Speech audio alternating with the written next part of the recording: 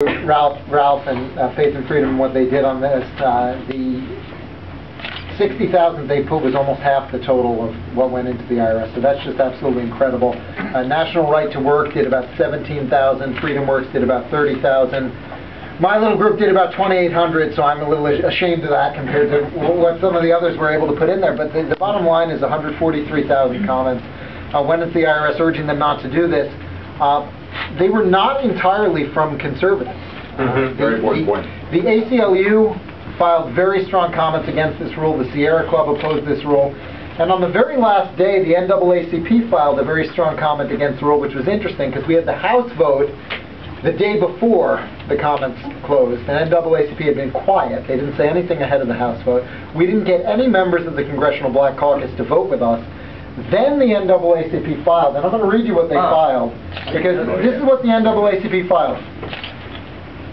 To place our comments in historical perspective, you must understand that much of the work the NAACP did in the early years to combat racial discrimination in the administration of our nation's voting laws would be illegal under the proposed regulations. Which is pretty darn powerful. So we've got a Funny we didn't read about that in any major newspaper. Right. We've got a pretty interesting situation here where basically every ideological group, every grassroots group, every advocacy group, right and left, is against these rules.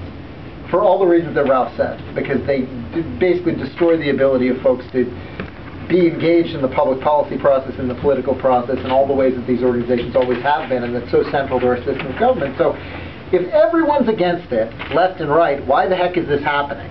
And it is continuing to happen. This is not dead just because we overwhelm the rules. Well, it's happening because Democratic elected officials, mostly in the Senate, but in the House as well, think that the only way they can survive this election cycle is to shut up all the conservatives, especially the major ones that are spending a lot of money. So they want AFP off the airwaves.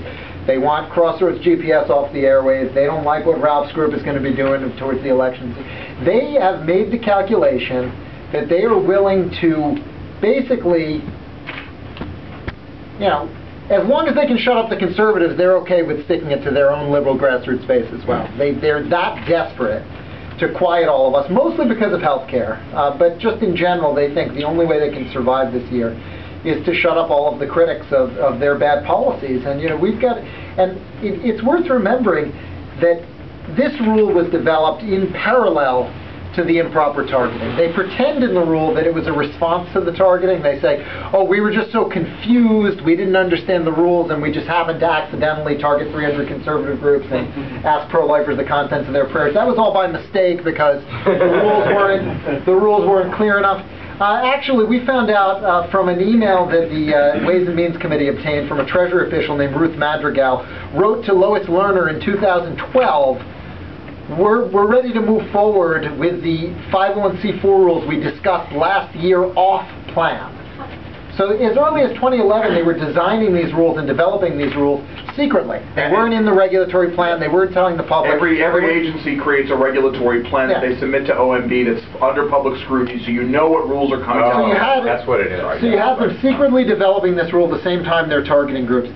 And all of this was motivated by outside pressure from Democrats. And it wasn't secret.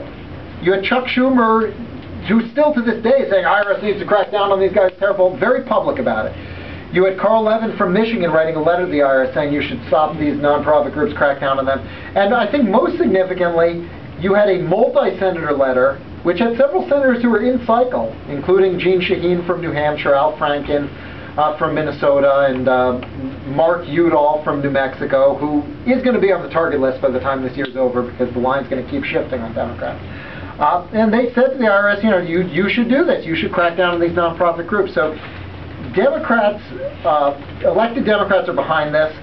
They think the only way they can survive is to shut us all up. They're willing to throw their own grassroots overboard and the First Amendment of the Constitution overboard to do it. And that's, you know, and I think that given the fact that the IRS has already taken it as far as they have, in the face of all the opposition across the ideological spectrum, I think it's very likely that they'll take the next step and actually attempt a final rule before the election. And if they do that, I'm not going to abide by the rule. I think it's an illegal rule, and we're going to litigate, and we're not going to follow it. I think... We're not going to follow it. You shouldn't. No. It's an illegal rule. But they're hoping enough people will be scared and will not be willing to fight them. But the next big opportunity that we're, first of all, we passed the bill in the House to stop it. We should all be demanding a Senate vote. You know, I don't think Harry Reid's going to allow it, but all the in-cycle senators should be hearing from all of us, why won't you vote on this? NAACP, Sierra Club, ACLU, do you even care about free speech? It's not an ideological thing. Across the spectrum. So we should put pressure on them, demand that Senate vote, even if we won't have it, make them explain and defend why we're not having that vote. But the real big opportunity, I think, is going to be at the public hearing. The IRS Commissioner, John Koskinen, under pressure with all of the comments testifying to Congress, has now promised twice that they will not move forward on this rule until they've had a public hearing. The way these public hearings work, anyone who goes and signs up is supposed to get a couple of minutes. And so, you know, even if they only give 1 or 2 minutes, if we have thousands of people come to this hearing, we could force them to run for days and days and days and make a real spectacle out of it. So I'm hoping that some of the same groups and people and you know, individuals who've been active in the comment process will also be able to bring people to a public hearing. And I hope that you guys can help bring in a real crowd and really make a spectacle out of that. And I hope that, you know, if the media tries to ignore it, we'll have all of you guys to write about that spectacle, and you know what an amazing thing is going to be happening. So we have no idea what the date of that might be yet, but I think it'll be sooner rather than later because they want these rules in for this cycle. They really do. You got a question over here? I have a quick question, if you don't mind. You talked about how the media will try and ignore this thing, and that would seem logical. Have you considered bringing down, either through the Franklin Center that we've already talked about or something else, groups of bloggers like ourselves to go and interview the individual people? Not so much yourself, I mean obviously yourselves will be on the larger media networks, but to interview the individual people from individual states saying, why am I here to testify? Why have I left my day of work to do that? Have you considered bringing us down there on that day to make sure that there are 500 interviews from 500 people that can be sent to the local media to try and make it bubble up? No, but it's a great idea. And no charge. They're going to be available for Q&A. We really got to cut them off so that we can get everybody up to them. But to back up what